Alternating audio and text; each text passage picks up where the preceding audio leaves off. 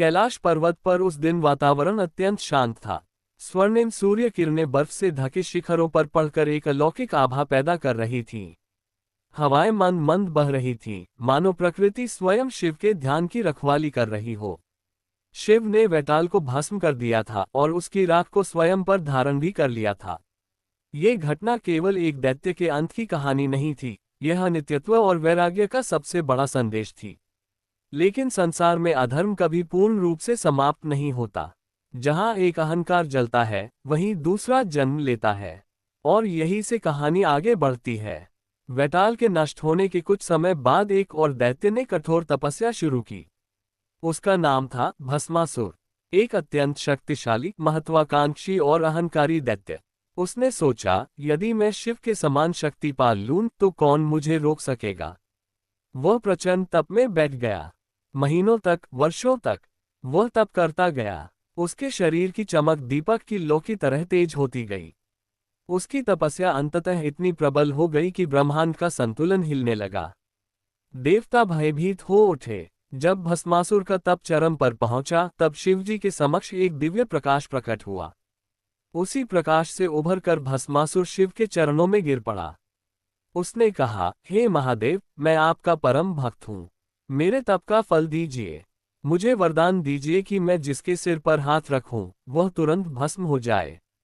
ये वरदान अत्यंत खतरनाक था, परंतु शिवजी दयालु हैं। वे भक्त की भावना देखते हैं, परिणाम नहीं। शिव ने मुस्कुराकर कहा, तथास्तु। बस यहीं से विपत्ति आरंभ हुई। भस्मासुर को मिल गया ऐसा वरदान जो स्वयं देवताओं के लिए भी विनाश का कारण बन सकता था। कुछ ही समय में उसका अहंकार असुरक्षित रूप से बढ़ने लगा। वह वन में घूमता और हंसकर कहता, अब कौन मुझे रोक सकता है। मैं जिस पर हाथ रखूंगा वह धुआं बनकर उड़ जाएगा। तब अचानक उसके मन में एक भयावह विचार आया, यदि मैं शिव को ही भस्म कर दूं तो दुनिया का सबसे शक्तिशाली अस्तित्व मैं बन जाऊंगा। ये सोचकर वह कैलाश की ओर दौड़ा। कैलाश पर शिव ध्यान में थे। भस्मासुर ने बिना झिझक कहा, भोलेनाथ, मेरा वरदान तो आपने दिया ही है, अब मैं इसका प्रयोग आप पर ही करना चाहता हूँ। शिव चौंक उठे। उन्होंने तुरंत भस्मासुर के इरादे को समझ लिया। भस्मासुर ने शिव की ओर बढ़ते हुए हाथ उठाया, हे शिव, अब तुम बच नहीं सकते। शिव को युद्ध करने में आनंद नहीं था और न ही वे अपने हाथों से किसी भक्त को नष्ट करना चाहते थे। इसलिए वे तत्काल वहां से अदृश्य होकर दूर निकल गए। देवताओं में हाहाकार मच गया। यदि शिव ही सुरक्षित नहीं तो संपूर्ण ब्रह्मांड किस पर आश्रित है। सभी देवता भागकर वैकुंठ पहुंचे और विष्णु से प्रार्थना की, प्रभु, स्थिति अत्यंत गंभीर है। भस्मासुर शिव को ही भस्म करने के पीछे पड़ा है। विष्णु मुस्कुराए। उनकी मुस्कान में करुणा भी थी और समाधान भी। जब अधर्म की जड़ बढ़ती है तो उसे काटने हेतु लीलाएं जन्म लेती हैं। मैं उपाय करता हूँ। विष्णु ने तुरंत एक दिव्य रूप धारण किया, एक ऐसी सुंदरी जिसे देखकर स्वयं कामदेव भी मोहित हो जाएं। ये थी मोहिनी, ऐसी मोहनी शक्ति जो बड़े से बड़े दैत्य को भ्रमित कर दे। मोहिनी भस्मासुर के सामने प्रकट हुई। भस्मासुर उसका रूप देखकर विस्मित रह गया। अरे, ये दिव्य सुंदरी कौन है? मोहिनी ने मुस्कुराते हुए कहा, मैं नृत्य जानती हूँ, पर एक शर्त है। मेरे साथ वही नृत्य कर सकता है जो मेरे हर भाव, हर मुद्राओं और हर हाथ के इशारे की नकल कर सके। भस्मासुर तुरंत मोहित हो गया। मैं तैयार हूँ। मोहिनी ने नृत्य प्रारंभ किया। कोमल हाथों की मुद्राएं, आंखों का मोहक नृत्य और हर क्षण बदलते हुए कदम। भस्मासुर ने उसकी हर क्रिया की नकल करना शुरू कर दिया। धीरे धीरे मोहिनी ने नृत्य में छल जोड़ना शुरू किया। उसने हाथ ऊपर उठाया। भस्मासुर ने भी यही किया। उसने कमर झुकाई। भस्मासुर ने भी वही रूप लिया।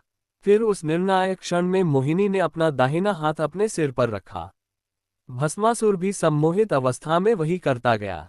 जैसे ही उसका हाथ उसके सिर पर पड़ा, शिव से प्राप्त वरदान सक्रिय हो गया और अगले ही पल भस्मासुर धू धू करके स्वयं ही भस्म हो गया। यही था अहंकार का उस चरम बिंदु पर पहुंचकर स्वयं का ही अंत करना। ये दृश्य देखकर देवताओं में प्रसन्नता की लहर दौड़ गई। शिव जी स्वयं प्रकट हुए और विष्णु की ओर बढ़े। शिव बोले, विष्णु, तुम्हारी लीलाएं अद्भुत हैं। विष्णु ने उत्तर दिया, स्वामी, अधर्म कितना, भी शक्तिशाली हो, संतुलन के साथ बुद्धि ही उसका अंत करती है। ये कहकर दोनों देवताओं ने एक दूसरे को आलिंगन किया। भस्मासुर की राख वहीं भूमि पर गिरी, किंतु वह राख भी देवत्व का एक रूप बन गई। शिव उसकी ओर देखकर बोले, ये भस्म भी एक शिक्षा है। ये बताती है कि शक्ति यदि अहंकार में बदल जाए तो वही शक्ति स्वयं का विनाश बन जाती है। उन्होंने भस्म उठाए और अपने शरीर पर लगा ली। देवताओं ने पूछा, प्रभु, ये भस्म आप क्यों धारण कर रहे हैं? शिव बोले, मैं भस्म इसलिए धारण करता हूं ताकि संसार को ये ज्ञात रहे कि शक्ति और ज्ञान तभी पवित्र हैं जब वे विनम्र रहें। शिव ने भस्मासुर की कथा के बाद 3 प्रमुख रहस्य बताए। भस्म अहंकार विनाश का प्रतीक है। पहले वैताल का अहंकार जला, अब भस्मासुर का अहंकार में जलने वाले हर जीव की स्मृति भस्म के रूप में शिव धारण करते हैं। भस्म जीवन का अंतिम सत्य है। सारी इंद्रियां, सारे सुख, सारा वैभव, सबका अंत भस्म ही है। शिव इस सत्य को अपने शरीर पर धारण कर कहते हैं, अनित्यत्व ही ज्ञान है। भस्म लगाने वाला साधक ईश्वर के समीप पहुंचता है क्योंकि वह स्वयं को विनम्र बनाता है। भस्म साधक को ये याद दिलाती है कि वह शरीर नहीं, आत्मा है। शिव ने पार्वती से कहा, देवी, भस्म वह द्वार है जिससे होकर साधक आत्मज्ञान तक पहुंचता है। भोग में लिप्त मनुष्य अंत को भूल जाता है और अहंकारी जीव अपनी ही शक्ति से नष्ट हो जाता है। परंतु जो अपने भीतर के अहंकार को भस्म कर देता है वही मुक्त हो जाता है। पार्वती ने शिव के चरणों में प्रणाम किया। उनकी आंखों में समझ का तेज झलक रहा था। ब्रह्मांड में वह क्षण शांति से भर गया, मानो स्वयं समय भी शिव के उपदेश का ध्यान कर रहा हो। और तभी आकाश में दिव्य ध्वनि गूंजी, हर हर महादेव। अगर आपको यह वीडियो अच्छा लगा हो तो लाइक और सब्सक्राइब करें और अपने दोस्तों को शेयर करते हुए एक अच्छा सा कमेंट भी अवश्य करें। धन्यवाद।